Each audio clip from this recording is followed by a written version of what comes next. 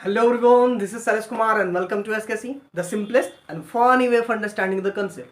आज के इस वीडियो में हम लोग स्टार्ट करने वाले हैं बहुत ही important chapter how do organism reproduce, जो कि एक बहुत ही वांटेड सा चैप्टर है। ठीक है, हर बच्चों को बड़ा एक्साइटमेंट रहता है इसे पढ़ने का, खास करके 8 से। ठीक है, लेकिन फाइनली हम लोग आज इसे लेकर हैं। इन बहुत सारे टीचर इसको पढ़ाने से हिचकिचाते हैं, उन्हें लगता है इसे पढ़ाना नहीं चाहिए। पर देखिए, एक क्या बोलूँ, आपके बॉडी का पार्ट्स का या फिर एक प्रकार से प्रॉपर नॉलेज है। ठीक है, आप अगर दिन नहीं जानेंगे तो आपको बहुत सारे डॉक्टर, ठीक है, जो बेवकूफ बनाएंगे रिलेटेड आपका सेक्सुअल ऑर्गन के रिगार्डिंग में। ठीक है, तो वो सब मैं आगे बताऊंगा कि आपको ये चैप्टर वीडियो, आप भले स्टूडेंट हैं या नहीं, आपको ये देखना चाहिए कि नहीं, आप देख सकते हैं। ठीक है, क्योंकि इट में भी आपको भी टीचर ने ये चैप्टर ना पढ़ाया होगा। ठीक है, हमें तो 8 क्लास में ना पढ़ाया गया था। ठीक है, तो अब क्या होता है, हाउ डू ऑर्गेनिज्म रिप्रोड्यूस। तो चलो देखो, तो इसको मैं इस चैप्टर को ना ये 3 पार्ट में जनरली डिवाइड करूंगा, एकदम डीप भी लेके जाऊंगा और एग्जाम पॉइंट ऑफ व्यू से आपको बता दूंगा क्या क्या इंपॉर्टेंट है, तो आपको देखना चाहिए इसको। ठीक है, तो पहले 3 पार्ट में क्या क्या देखेंगे हम लोग। एक पहला देखेंगे इंट्रोडक्शन, जिसमें असेक्सुअल रिप्रोडक्शन के ऊपर फोकस करूंगा। फिर देखेंगे बी सेक्शन में हम लोग, या बी सेक्शन में क्या देखेंगे, प्लांट रिप्रोडक्शन देखेंगे। और हम लोग थर्ड में देखेंगे ह्यूमन रिप्रोडक्शन या फिर बोला एनिमल रिप्रोडक्शन। मेनली तो ह्यूमन कैसे ही पढ़ना है। ठीक है, और ह्यूमन रिप्रोडक्शन में मैं बहुत सारे छोटा मोटा क्वेश्चन का आपका जवाब दे सकता हूँ। ठीक है, जैसे बहुत बच्चे का सवाल आता है कि अगर यदि टाइगर का हम लोग स्पर्म ले लें और ओवम ले लें ह्यूमन का, तो फिर जो बच्चे होंगे वो कैसे होंगे। ठीक है, या उल्टा पुल्टा और भी बहुत सारा का आता है। तो आप इस टाइप का अगर भी जानना चाहते हैं इसका जवाब, तो आप ह्यूमन रिप्रोडक्शन वाला पार्ट में जाके डिस्क्रिप्शन में लिंक मिल जाएगा, देख सकते हैं। ठीक है, बहुत सारा और भी इस टाइप से रिगार्डिंग क्वेश्चन है। ठीक है, कि अगर किसी मेल का पेनिस टेढ़ा है तो उसमें क्या डॉक्टर वो बोल देते हैं कि नहीं आपको तो बीमारी है। बहुत सारे डॉक्टर होते हैं, बहुत अच्छे भी होते हैं, बहुत बुरे भी होते हैं, उनको झूठ मूठ का पैसा ऐठा जाता है, पैसा ले लिया जाता है। ठीक है, और वो तो एक्चुअली में नेचुरल था, वो तो कभी था ही नहीं प्रॉब्लम, वो कभी ठीक भी नहीं होगा, वो आपके अंडरगारमेंट्स पहनने के ऊपर डिपेंड करते हैं। ठीक है, तो ये सब का भी हम लोग बहुत सारा जो बेसिक नॉलेज एक स्टूडेंट को या फिर एक बच्चा को देना चाहिए। ठीक है, एज अ सेक्स एजुकेशन, वो भी आपको इस चैप्टर में बड़ा मिलेगा। ठीक है, तो आप इसे देखें तो बढ़िया रहेगा। चलिए देखिए, आज का जो टॉपिक है, हाउ डू ऑर्गेनिज्म रिप्रोड्यूस। ठीक है, तो हाउ डू ऑर्गेनिज्म रिप्रोड्यूस से पहले क्वेश्चन आता है कि भाई why do organism reproduce, organism reproduce करता क्यों है, इतना सारा एनर्जी वेस्ट क्यों करता है रिप्रोडक्शन में। ठीक है, ये क्वेश्चन आता है। उसके बाद तो इसको पहले हम लोग देख लेते हैं। आप शायद लाइफ प्रोसेस में आपने पढ़ा होगा कि लाइफ प्रोसेस में हम लोग पढ़े थे न्यूट्रिशन, डाइजेस्टेशन, रेस्पिरेशन, एक्सक्रीशन, उसमें से एक लाइफ कंट्रोल कोऑर्डिनेशन और एक उसमें रिप्रोडक्शन भी था। ठीक है, तो रिप्रोडक्शन एक लाइफ प्रोसेस भी है, उसको भी हम लोग देखेंगे। तो सबसे पहले इसका हम लोग डिफिनेशन देख लेते हैं, उसके बाद वाई के तरफ चलेंगे और हाउ भी चलेंगे। ठीक है, तो रिप्रोडक्शन का अगर भी हम बात करें तो रिप्रोडक्शन ना एक प्रकार का प्रोसेस है। ठीक है, जिसमें क्या होता है, एक ऑर्गेनिज्म ना अपने जैसा ऑर्गेनिज्म खुद बना लेता है। ठीक है, अपने बनाता है, उसमें कोई उसको दूसरा कोई नहीं बोलता है कि जा तू बच्चे पैदा कर या फिर तू अपने जैसा बना ले, वो उसको कोई नहीं बोलता है, वो खुद बना लेता है। जैसे कि, और ये एबिलिटी ना बेटा सबके सबके पास ना होता है, सिर्फ लिविंग थिंग्स के पास ही होता है। ठीक है, ऐसा नहीं है कि मार्कर दिख रहा है मेरे को। ठीक है, अब ये मार्कर यहाँ पे है और एक मार्करनी भी बुला लेता हूँ। ठीक है, फीमेल मार्कर। ठीक है, अब ऐसा तो नहीं होता है कि ये दोनों मार्कर को मैंने छोड़ दिया, 2-3 दिन बताऊंगा एक छोटा सा बेबी मार्कर मेरे को नजर आएगा, नन्हा मुन्ना। ठीक है, तो ये रिप्रोडक्शन जो होता है ये सिर्फ लिविंग थिंग्स के पास ही होता है। ठीक है, non living things can't reproduce, वो अपने जैसा नहीं बना। रिप्रोडक्शन, री मतलब होता है दोबारा, प्रोडक्शन मतलब होता है बनाना। ठीक है, अपने आप को खुद से दोबारा बना लेना, तो ये सिर्फ लिविंग थिंग्स के पास ही होता है। ठीक है, ना कि नॉन लिविंग थिंग्स के पास। ऐसा होता है ना तो मोबाइल को एक जगह रख देता, बड़ा सारा मोबाइल का दुकान में खोल देता। ठीक है, तो ये तो आप समझ गए कि रिप्रोडक्शन एक प्रकार से लिविंग थिंग्स का कैरेक्टरिस्टिक्स भी है। उसके बाद क्वेश्चन आता है व्हाई। तो देखो, इंसान क्या करता है, आप देखे होंगे अगल बगल, आप एनिमेशन में भी देख पाओगे कि क्या होता है कि आप अगल बगल देखें कोई छोटा सा कुत्ता, ठीक है, घूमते रहता है गली में, दुम हिलाते हिलाते। ठीक है, आपसे उसकी दोस्ती होती है, फिर एक थोड़े दिन बाद अपनी गर्लफ्रेंड को भी लेकर आता है। ठीक है, आपसे मिलाता है, हाय हेलो होता है। कुछ दिन बाद देखते हो पूरा फैमिली के साथ आता है पूरा। ठीक है, ये मिलिए मेरा बेटा, ये बेटी। ठीक है, तो वो देख रहे हो कि अपने जैसा ही ऑर्गेनिज्म को बना लेता है। ठीक है, और ये कुत्ता ही कर सकता है, कुत्ता बिल्ली जितने भी लिविंग थिंग्स है, मार्कर हो गया, ट्राइपॉड हो गया, बोर्ड हो गया, ये सब रिप्रोडक्शन नहीं करते हैं। ठीक है, अब दूसरा देखोगे तो रिप्रोडक्शन का डिफिनेशन क्या है? तो रिप्रोडक्शन एक बड़ा सा अच्छा सा प्यारा सा डिफिनेशन है। Reproduction is a process by which living organism produces young one of their own kind और स्पीसीज। अब ध्यान से देखना, रिप्रोडक्शन एक प्रोसेस है जिसमें एक ऑर्गेनिज्म अपने जैसा ही ऑर्गेनिज्म को बनाता है, दूसरे के जैसा नहीं। ये ओन काइंड ना बड़ा मतलब क्या बोले, बड़ा इंपॉर्टेंट है। अपने जैसा ही पैदा करता है, दूसरे के जैसा नहीं। कुत्ता है तो कुत्ता का बच्चा ही जन्म देगा, ठीक है। हाथी है तो हाथी का बच्चा ही जन्म देगा, ना इंसान, ठीक है। और इंसान है, कोई कपल्स है तो वो एक ह्यूमन बींग्स को ऑब्वियसली जन्म देंगे, ना कि कुत्ता के बच्चे को, ठीक है। तो ये बात ओन काइंड बड़ा क्या बोले इंपॉर्टेंट है। और ये कैसे होता है आप जान रहे होंगे, डीएनए इंसान में जो रहता है, अगर माँ बाप है तो माँ बाप का जो डीएनए है वो बच्चे में जाएगा, तो इंसान का डीएनए इंसान में जा रहा है, तो ऑब्वियस सी बात है बच्चा भी इंसान का ही होगा, ठीक है। हम लोग देखेंगे अगले वाले वीडियो में कि आखिरकार डीएनए का क्या इंपॉर्टेंट रोल है रिप्रोडक्शन, वो भी देखेंगे, ठीक है। तो रिप्रोडक्शन का डिफिनेशन क्या हुआ? Reproduction is a process by which living organism produce young one. Young one means क्या होता है कि बेटा या बेटी बायोलॉजी में, या ऑफस्प्रिंग भी बोल सकते हो, बायोलॉजी में बेटा या बेटी को ऑफस्प्रिंग बोला जाता है। Produces young one of their own kind और स्पीसीज, ठीक है, अपने जैसा या अपने स्पीसीज का बना लेते हैं। अब स्पीसीज क्या होता है, स्पाइसेस नहीं बोल रहा, ध्यान से सुनिएगा। स्पीसीज क्या होता है कि जब दो ऑर्गेनिज्म आपस में मिल करके, दोनों एक जैसे एक सिमिलर होंगे, ठीक है, दोनों सिमिलर होंगे, देखने में बॉडी स्ट्रक्चर में सिमिलर होंगे, और दोनों मिलके जब रिप्रोड्यूस करेंगे, मेटिंग करेंगे, ठीक है, डेटिंग के बाद तो मेटिंग करेंगे, तो दोनों अगर एक फर्टाइल ऑफस्प्रिंग पैदा करें, ठीक है। फर्टाइल मतलब बोलने का सेंस ये है कि जो आगे अपना खानदान बढ़ा सके, ठीक है, वो वैसा ऑर्गेनिज्म प्रोड्यूस होता है, तो उसको बोला जाता है सेम स्पीसीज का है, ठीक है। जैसे कुत्ता कोई फीमेल कुत्ता के साथ, ठीक है, बीच के साथ रिप्रोड्यूस करके एक ऑफस्प्रिंग पैदा करता है, और वो भी आप फाइनली अपने जैसा ही अपना खानदान आगे बढ़ा सकता है, तो उसको हम बोलेंगे सेम स्पीसीज का था, वो फीमेल डॉग और मेल डॉग, ठीक है। समझ में आया? जैसे कि आप लोग सुने होंगे एक म्यूल और एक हॉर्स, दोनों अगर म्यूल ने एक गधा और एक घोड़ा का अगर दोनों के मेटिंग करा दिया, रिप्रोडक्शन करा दिया, तो जो म्यूल होता है खच्चर, वो फर्टाइल नहीं होता है, वो एक क्योंकि तुम्हारा जो गधा था और एक घोड़ा वो सेम स्पीसीज का नहीं है, अलग अलग स्पीसीज का है, तो जो ऑफस्प्रिंग पैदा होगा वो फर्टाइल कभी नहीं होगा, ठीक है। तो उसको हम लोग नहीं बोलेंगे कि वो दोनों सेम स्पीसीज का है। तो स्पीसीज क्या होता है कि कोई दो ऑर्गेनिज्म सेम तरह के दिखते हो और दोनों मिल करके जो बच्चे पैदा करेंगे वो भी फर्टाइल हो, आगे खानदान बढ़ा सके, तो उसको बोलेंगे हम लोग, क्या बोलेंगे, सेम स्पीसीज का है, ठीक है। तो ये बात ध्यान रखेंगे। तो रिप्रोडक्शन का डिफिनेशन फिर फाइनली मैं रिपीट करूं, reproduction is a process by which living organism produces young one of their own kind और स्पीसीज। यंग वन मींस बेटा या बेटी, और ओन काइंड अपने ही जैसा बनाएगा, ठीक है।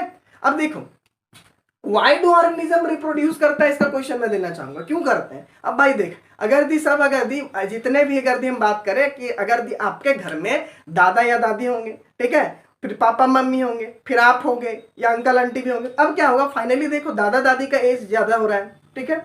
वो क्या होगा, उन्होंने आपके मम्मी पापा को जन्म दिया, ठीक है, दादा आपके पापा को मम्मी दादा और दादी मिलकर पापा को जन्म दिए, ठीक है। अब पापा अब मम्मी मिलके आपको जन्म दिया, अब फाइनली क्या हो रहा है, दादा दादी का एज आपका 70-80 अराउंड होगा, उन लोग का क्या होगा, एज होगा, उन लोग मर जाएंगे, ठीक है। तो उनके बाद क्या हुआ कि मम्मी पापा थे, ठीक है, जो कि क्या किए, आप लोग को लाए इस दुनिया में, ठीक है। और अब क्या हो रहा है, दादा दादी मरे, ठीक है। तो दादा दादी मरे तो उसके बाद क्या हुआ कि अंकल थोड़े बड़े हो गए थे, तो अंकल का शादी हुआ, ठीक है। तो फिर एक क्या बोले आपका भाई आया, कजन आया, ठीक है। तो एक प्रकार से क्या हो रहा है, एक तरफ इंसान कोई मर रहा है, रिप्लेसमेंट ऑफ डेड ऑर्गेनिज्म। अगर कोई दादा या दादी मर गए तो उसके जगह में आपका कजन भी तो आ रहा है, छोटा छोटा बच्चा, ठीक है, जो घर में खेलने को मजा आएगा। तो उसमें क्या हो रहा है, एक तरफ कोई मर रहा है तो एक तरफ आ रहा है रिप्रोडक्शन से, ठीक है। और फाइनली क्या होगा कि आपके पापा मम्मी, उनका भी एज होगा, वो भी मरेंगे एक दिन, ठीक है। उसके बाद क्या होगे, आप बड़े होगे, आप शादी करोगे, आपके भी बच्चे होंगे। इस टाइप से क्या होगा, एक तरफ इंसान का खानदान का एक पीढ़ी मर रहा है, तो दूसरे और एक नया पीढ़ी को ये रिप्रोडक्शन के थ्रू आ रहा है। तो रिप्रोडक्शन एक बहुत ही क्या बोले यूनिक प्रोसेस है, बहुत इंपॉर्टेंट प्रोसेस है। अगर ये बंद हो गया ना, अगर मान लो कोई फैमिली है, कोई भी एक्स फैमिली है, वो बोल देता है कि मैं रिप्रोडक्शन नहीं, उस घर में कोई शादी ना करे, तो क्या होगा फाइनली कि वो उसके घर में जो भी बुजुर्ग लोग होंगे, ओल्ड एज पीपल होंगे, उन लोग तो मर जाएंगे। उसके बाद जो उनके नए जनरेशन वाले आएंगे वो भी एज होगा धीरे धीरे, वो भी बड़े होंगे, वो भी मर जाएंगे, उस घर में कोई बचेगा ही नहीं फाइनली। ठीक है, उस खानदान का एक्स का नाम ही मिट जाएगा। ठीक है, बाय बाय टाटा हो जाएगा। लेकिन अब सोच के देखो, ये तो एक खानदान मिटा, अब सारे ऑर्गेनिज्म आ जाए हड़ताल में कि ना ना हम लोग को रिप्रोडक्शन नहीं करना, शादी ब्याह ना करना, बट ऐसा होगा नहीं इंडिया में खासकर। ठीक है, तो मान लो अगर हो जाए सारे ऑर्गेनिज्म बंद कर दे रिप्रोडक्शन करना, तो क्या होगा सोच के देखो जरा।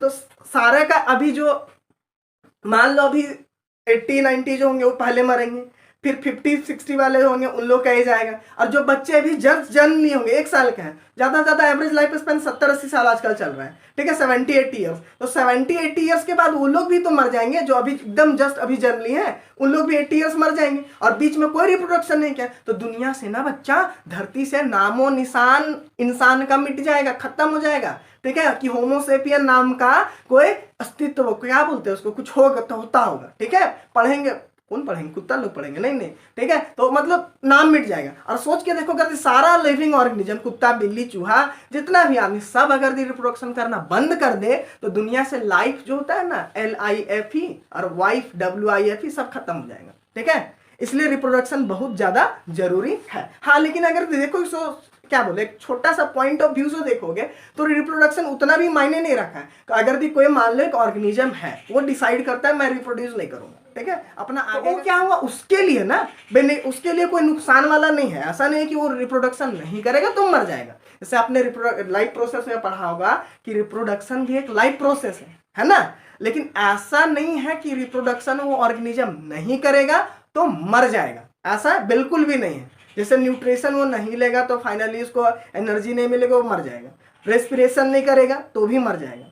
एक्सक्रीशन नहीं करेगा, बॉडी के अंदर वेस्ट मटेरियल जमा हो जाएगा तो भी मर जाएगा। लेकिन रिप्रोडक्शन के साथ ऐसा नहीं है कि वो रिप्रोडक्शन नहीं करेगा तो मर जाएगा। हाँ, लेकिन मैंने बता दिया कि रिप्रोडक्शन नहीं करेगा तो एक ऑर्गेनिज्म के लिए दिक्कत नहीं है, लेकिन एक ब्रॉड पॉइंट ऑफ व्यू से देखोगे तो रिप्रोडक्शन बहुत ही इंपॉर्टेंट है। और अभी हम लोग सिग्निफिकेंस ऑफ रिप्रोडक्शन डिस्कस करेंगे। ठीक है, और इसमें कोई छूटा क्या, वाई हो गया, मैंने जवाब दे दिया क्यों करते हैं, ओन काइंड बता दी, अपने ही जैसा करते हैं। ठीक है, लाइफ प्रोसेस क्यों है ये मैंने बता दिया। तो आगे अब देखते हैं हम लोग इसका सिग्निफिकेंस देखेंगे बच्चों। ठीक है, तो आप पहले डिफरेंशिएशन लिख लीजिए, व्हाई डू ऑर्गेनिज्म रिप्रोड्यूस। तो चलिए इस रिप्रोडक्शन की गाड़ी को हम लोग आगे बढ़ाते हैं। जैसे मैंने बोला था कि आगे हम लोग देखने वाले हैं सिग्निफिकेंस ऑफ रिप्रोडक्शन। देखो, सिग्निफिकेंस मतलब होता है इंपॉर्टेंस, आखिरकार रिप्रोडक्शन का क्या इंपॉर्टेंस है, तो मैंने पहले आपको बता दिया, लेकिन फिर भी एग्जाम में पूछता है बच्चा, तो 3 नंबर के लिए 5 नंबर के लिए प्रिपेयर रहना। 3 पूछे तो 3 पॉइंट, 5 पूछे तो 5 पॉइंट। चलो देखो, तो सिग्निफिकेंस ऑफ रिप्रोडक्शन यानी इंपॉर्टेंस ऑफ रिप्रोडक्शन, क्या है जरूरी भाई, क्यों पढ़ रहे रिप्रोडक्शन। देख भाई, हम बता दे रहे बायोलॉजी में कुछ तुमको काम आई चाहिए, नहीं ये चैप्टर बड़ा काम आने वाला जिंदगी में, और नहीं आ गया तो फिर आगे झोला छाप डॉक्टर आपको लूटेंगे। ठीक है, लुटाते रहना। चलो देखो, तो रिप्लेसमेंट ऑफ डेड ऑर्गेनिज्म, सबसे पहले बताया था मैंने कि एक एग्जांपल भी था कि घर में क्या होते हैं, दादा दादी या नाना नानी बूढ़े होंगे, मरेंगे, फिर आपके बच्चे आएंगे, वो भी बूढ़े होंगे, वो भी जाएंगे। तो यही कहानी है बेटा reproduction of replacement of dead organism की, मतलब जो मरा है उसको रिप्लेस कर दो। ठीक है, खराब हुआ हटा दो, नया ले आओ। ठीक है बाबू, छोटा सा। चलो देखो next, maintain the continuity of life या फिर रेस। अब पहले ये रेस 3 का नहीं बात कर रहे, रेस का मतलब समझ लिए। देखिए, रेस मतलब होता है कोई पार्टिकुलर ऑर्गेनिज्म, ठीक है, जो किसी जगह पे, स्पेसिफिक जगह पे रह रहे हो। ठीक है, और बहुत दिनों से रह रहे हैं, वो आपस में रिप्रोडक्शन करते रहते हैं। ठीक है, जैसे इंग्लैंड वाले लोग, ठीक है, गोरे रेस के लोग हैं, ठीक है, स्किन पूरा व्हाइट।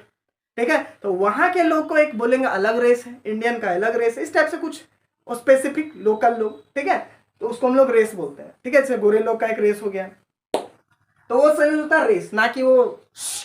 ठीक है, लाइफ आप जानते हो भाई बड़ा अच्छा से। ठीक है, तो maintain the continuity of life या रेस, धरती पे ना कंटिन्यू करके रखा है रेस। ठीक है, जैसे गोरों का रेस चलते रहा है भाई बहुत दिन से। ठीक है, उन लोग क्या करते हैं, बड़े होते हैं, शादी करते हैं, बच्चे पैदा करते हैं, फिर वो क्या होते हैं, वो भी बड़े होते हैं, फिर वही दूधा से। ठीक है, तो रेस का मतलब समझ में आया। तो ये एक प्रकार से एक खानदान को या एक पार्टिकुलर रेस को धरती पे बरकरार रखता है। और लाइफ बता चुके हैं बाबू की रिप्रोडक्शन के थ्रू धरती पे लाइफ मेंटेन है। अगर रिप्रोडक्शन खत्म हो जाएगा, लाइफ खत्म हो जाएगा। ठीक है, फिर पढ़ेंगे एक था इंसान, एक था टाइगर में। ठीक है, थोड़ा दिन बाद तो हो ही जाएगा, एक था टाइगर, या एको नहीं है टाइगर हो जाएगा, मर रहा है बेचारे लोग, रिप्रोडक्शन नहीं कर पा रहे ना, ज्यादा कम है। It help in the transmission of characteristics from one generation to another या from parents to their offspring. ठीक है। ये क्या करता है, रिप्रोडक्शन के थ्रू जो माँ बाप का गुण होता है वो बच्चों में इसी के थ्रू आता है। ठीक है, आप देख पा रहे होंगे कि स्क्रीन में जैसे मैंने एक ऐश्वर्या राय का फोटो लगा के रखा है और उसके सामने उसका साइज मे बी आराध्या नाम है। ठीक है, उसकी बेटी का आप कितना सिमिलरिटीज देख पा रहे हो दोनों का, नाक, आंख, कान, मुंह। ठीक है, स्किन टोन वगैरह में सारा चीज में देख रहे होगे, देखने से लगता है कि हाँ बेटा बेटी है, मतलब उसको माँ बेटी है। ठीक है, तो आप देख पा रहे होंगे एक कैरेक्टरिस्टिक्स कैसे दूसरे खानदान में आ रहा हो। आपका भी बहुत सारा ऐसे कैरेक्टरिस्टिक्स होगा जो आपके मम्मी से मिलता होगा या आपके पापा से मिलता होगा। ठीक है, ऐसा तो नहीं होता किसी और से मिलता है। ठीक है, तो हम लोग अपने ही खानदान के, अपने भाई बहन से, अपने मम्मी पापा से, अपने दादा दादी से, अपना नानी नानी से, इनसे हम लोग ज्यादा रिसेम्बलेंस करते हैं। क्यों? क्योंकि वो हम लोग में उनका कहीं ना कहीं कुछ डीएनए है। ठीक है, कुछ है। ठीक है, आगे डीएनए वाला भी मैं डिस्कस करने वाला हूँ। ठीक है, कि कैसे आप अपने मम्मी पापा के ही तरह ही दिखते हो, क्योंकि आपका जो डीएनए मम्मी से आया ना, आधा पापा से आया। ठीक है, और दोनों मिलकर एक नया कॉम्बो बन गया। जैसे कोई होता है ना, दो कलर मिला लो, मेरे ख्याल से ऑरेंज रेड मिला लो, रेड मिला लो, ब्लू मिला लो, पता नहीं क्या बनेगा, कुछ ऑरेंज टाइप का कुछ बन जाए। ठीक है, उसी टाइप से कुछ कैरेक्टरिस्टिक्स आपके 50% मम्मी से है, कुछ कैरेक्टर 50% पापा से है, और दोनों मिल करके, ठीक है, आपको कुछ कुछ रिसेम्बलेंस करता होगा, आधा आधा, कुछ आप अपने भी बना लेते हो। ठीक है, तो दो चीज मिलता है तो कुछ नया भी बन जाता है। तो यही था, it help in the transmission of characteristics from one generation to another. Next, maintain the population of a species. देखो बेटा, अब ये मेंटेन करता है पॉपुलेशन ऑफ स्पीसीज को कैसे, मैंने पहले भी बता रखा है कि जैसे मान लीजिए कोई पॉपुलेशन रिप्रोडक्शन करना बंद कर देता है तो वो क्या होगा, उसका एक दिन, जैसे डायनासोर डायनासोर तो अभी लुप्त हो गए। ठीक है, रिप्रोडक्शन को ऑर्गेनिज्म नहीं करेगा तो इन फ्यूचर में क्या होगा, उसका जो खानदान है वो खत्म हो जाएगा, लाइफ उसका खत्म हो जाएगा, वो स्पीसीज रहेगा ही नहीं। ठीक है, जैसे मैंने बताया कि सारे ऑर्गेनिज्म अगर रिप्रोड्यूस करना बंद कर दें तो इन फ्यूचर में क्या होगा, कोई तो बचेगा नहीं। ठीक है, नेक्स्ट आ जाओ, चलिए आगे की ओर देखते हैं। एवोल्यूशन थोड़ा सा पहले क्या देख लेते हैं। देखो बेटा, एवोल्यूशन मतलब क्या होता है, कोई बॉडी में, कोई ऑर्गेनिज्म का बॉडी में धीरे धीरे करके जो चेंजेस आते हैं। जैसे आपने देखा होगा पहले ऐसे चलते थे इंसान, ऐसे ऐसे, फिर सीधा हुए, फिर दोनों पैर से चलने लगे, बिल्कुल सीधा हो गया, फिर हम लोगों का जो बोन टेल था वो भी हट गया। ठीक है, टेल भी हट गया, बॉडी में बहुत सारे हेयर्स थे वो भी हट गया। ठीक है, हम लोग को बॉडी में धीरे धीरे बहुत सारे चेंजेस होते हैं। ठीक है, टाइम के हिसाब से जो हम लोग को जिंदा रहने के लिए भी हेल्प करते हैं। तो वो सब चेंजेस जो होते हैं उन्हें हम क्या कहते हैं, उन्हें हम कहते हैं एवोल्यूशन होना। ठीक है, आपने सुना होगा, बहुत सारा बोलता है अरे यार इसमें तो कुछ एवोल्यूशन नहीं हो रहा है, मतलब कुछ चेंजेस नहीं हो रहा है, जैसा था पहले था वो अभी भी वैसा ही है। ठीक है, तो ये एवोल्यूशन का मतलब हुआ, आप आगे पढ़ोगे हेरिडिटी एंड एवोल्यूशन में, वहां अच्छा से पढ़ाऊंगा। ठीक है, तो अभी समझो, plays an important role in evolution. क्या होता है, धीरे धीरे बॉडी में कुछ चेंजेस आता है जो कि इन ऑर्गेनिज्म को नया इन्वायरमेंट में रहने के लिए हेल्प करता है। ठीक है, जैसे आप देख रहे होंगे कि पहले के इंसान लोग को उतना गर्मी बर्दाश्त करने की शायद आदत ना हो। ठीक है, क्योंकि उन लोग को बहुत आराम से कंफर्टेबल में रहना, पर आजकल ग्लोबल वार्मिंग के बहुत ज्यादा टेम्परेचर बढ़ गया। अब आदि मानव को यहाँ उठा के ले आओगे, विदाउट एवोल्यूशन करें, डायरेक्ट टाइम मशीन से उठा के ले आओगे तो उसको सांस वांस लेने में इतना एयर पॉल्यूशन है, उसको शायद फ्रेश नेचर में रहने का आदत था तो उसको दिक्कत होगा, बहुत सारी चीज में दिक्कत होगा। क्यों? और हम लोग बहुत सारा इवॉल्व हो गए हैं, वहाँ हम लोग में धीरे धीरे चेंजेस आया, धीरे धीरे हम लोग को टेम्परेचर ज्यादा बर्दाश्त करने का क्षमता हो गया। जैसे मान लीजिए जो शुरू में ऑर्गेनिज्म आएंगे जो मानव, उन लोगों को थोड़ा सा गर्मी बर्दाश्त करने का है, उनके बेटा बेटी को थोड़ा और गर्मी बर्दाश्त करने की क्षमता है, उनका बेटा बेटी और, तो हम लोग आजकल काफी बर्दाश्त कर लेते हैं। ठीक है, तो ये तुम्हारा क्या हुआ, एवोल्यूशन क्या करता है, plays an important role evolution. ठीक है, तो ये हो रहा है, धीरे धीरे देख रहे हो बाल आजकल का कम होते जा रहा है ऑर्गेनिज्म में, तो ये क्या होगा, बाल धीरे धीरे कम होते जा रहा है, बॉडी हेयर कम होते जा रहा है, तो ये भी एक प्रकार से कहीं ना कहीं इवोल्यूशन हो रहा है। पहले क्या था, हम लोग का बॉडी पूरा बॉडी पे बाल हुआ करता था, बहुत ज्यादा, अभी भी है, पहले बहुत ज्यादा था, तो धीरे धीरे घट रहा है। ठीक है, तो एक प्रकार से हम लोग इवॉल्व कर रहे हैं, फाइनली कुछ बनेंगे पता नहीं। चलो देखो, इवोल्यूशन मतलब जो बॉडी में धीरे धीरे चेंजेस होता है ऑर्गेनिज्म को according to the response of environment. ठीक है, उसको इवोल्यूशन बोलते हैं। ठीक है, अब नेक्स्ट आ जाओ एडिशन ऑफ न्यू स्पीसीज। ये दोनों शायद आपको छंदा समझ में। एडिशन ऑफ न्यू स्पीसीज क्या होता है, ठीक है, एक स्पीसीज से दूसरा स्पीसीज बन जाना। जैसे आप इसी चैप्टर में एवोल्यूशन और हेरिडिटी में जेनेटिक्स में पढ़ोगे कि एक आर्चियोपेट्रिक्स नाम का एक बर्ड हुआ करता था। ठीक है, अब इसको बर्ड बोलना भी गलत था, आर्चियोपेट्रिक्स नाम का एक ऑर्गेनिज्म था, आप एनिमेशन में देख पा रहे होंगे। वो आर्चियोपेट्रिक्स में ना बेटा ऐसे कुछ खूबियां थी उसके अंदर कि उसका जो चोंच था, ठीक है, चोंच वो पंछी वाला खूबी हुआ, बिग, ठीक है। लेकिन चोंच के अंदर दांत भी था, टीथ भी था। ये टीथ नहीं होता है पंछी लोग में, आप नहीं जानते हो जान लो। लेकिन टीथ किस में होता है? रेप्टाइल्स में हुआ करता है, ठीक है। तो रेप्टाइल्स में टीथ हुआ करता है, ठीक है। तो रेप्टाइल्स में टीथ हुआ करता था, और चोंच या बीक किस में होता था? पंछी लोग में। इसके पास दोनों था। इसके बाद पूंछ जो था इसका, पूंछ तो रेप्टाइल्स लोग का भी होता है, लेकिन पंछी लोग में फेदर्स ज्यादा हुआ करते, उसमें पूंछ भी था, फेदर्स भी थे, ठीक है। लेकिन इसके पास उड़ने के लिए क्या वो पंख वंग भी था, लेकिन ये उड़ नहीं पाता था। इसके पास कुछ बहुत सारे ऐसे कैरेक्टरिस्टिक्स है जो कुछ रेप्टाइल से मैच करते हैं और कुछ एव्स से यानी पक्षी से मैच करते हैं। अब समझ के देखो इसका क्या होगा। एक फाइनली एक ऐसा वो दो बेटा या बेटी होंगे, ऑर्गेनिज्म हुए होंगे, दोनों में कुछ क्या हुआ, एक को में मान लो कि जमीन पर रहने का आदत लग गया, सब चीज नीचे मिल जाता होगा खाने पीने का, उसको ज्यादा उड़ने का कोशिश नहीं किया तो रेंगने का कोशिश करने लगा, नीचे जो था हार्ड चीज, तो दांत वाट इवॉल्व कर लिया और वो रेंगने लगा। धीरे धीरे उसका क्या हुआ, ये जो पंख था वो खत्म हो गया और वो रेप्टाइल्स में कन्वर्ट हो गया। और वही इसका जो दूसरा मान लो भाई था, वो ऐसा जगह कहीं चला गया जहाँ खाना, जहाँ उसको ऊपर मिलता था पेड़ वेड़ पे, तो उड़ने का कोशिश किया, सब उसका क्या बोले पंख था, वो धीरे धीरे इवॉल्व किया और वो फाइनली पंछी में कन्वर्ट हो गया,